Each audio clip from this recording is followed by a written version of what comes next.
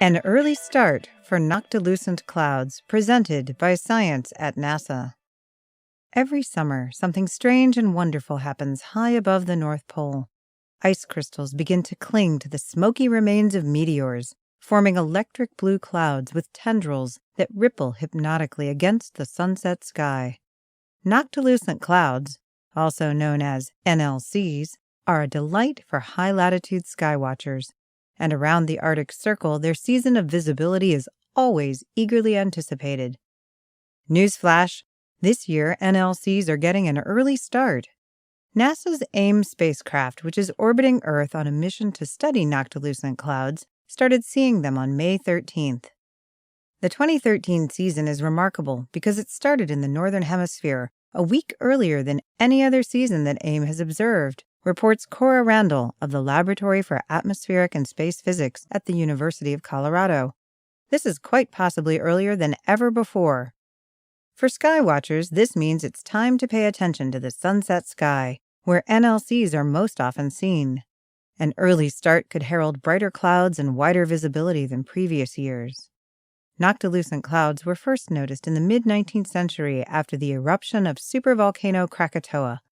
Volcanic ash spread through the atmosphere, painting vivid sunsets that mesmerized observers all around the world. That was when the NLCs appeared. At first, people thought they must be some side effect of the volcano, but long after Krakatoa's ash settled, the noctilucent clouds remained. They've been with us ever since, says Randall. Not only that, they're spreading. When AIM was launched in 2007, the underlying cause of NLCs was still unknown. Researchers knew they formed 83 kilometers above Earth's surface where the atmosphere meets the vacuum of space.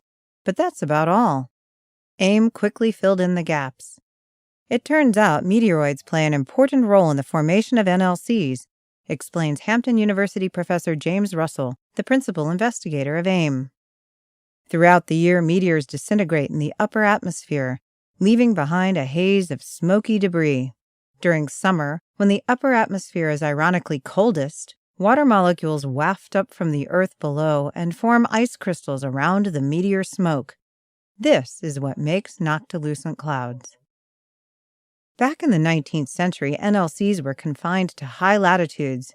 You had to go to Alaska or Scandinavia to see them. In recent years, however, they've been sighted as far south as Utah, Colorado, and Nebraska. Some researchers believe that the spread of NLCs is a sign of climate change. One of the greenhouse gases that has become more abundant in Earth's atmosphere since the 19th century is methane.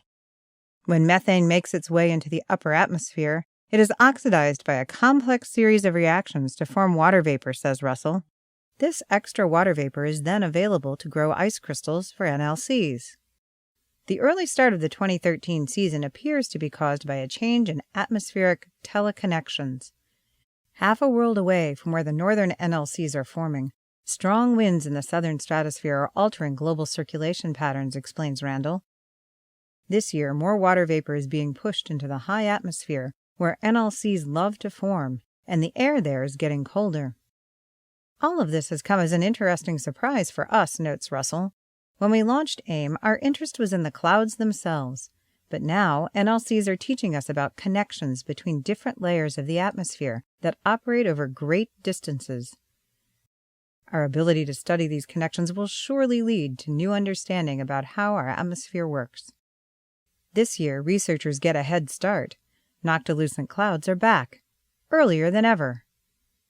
For more news from the edge of space, visit science.nasa.gov.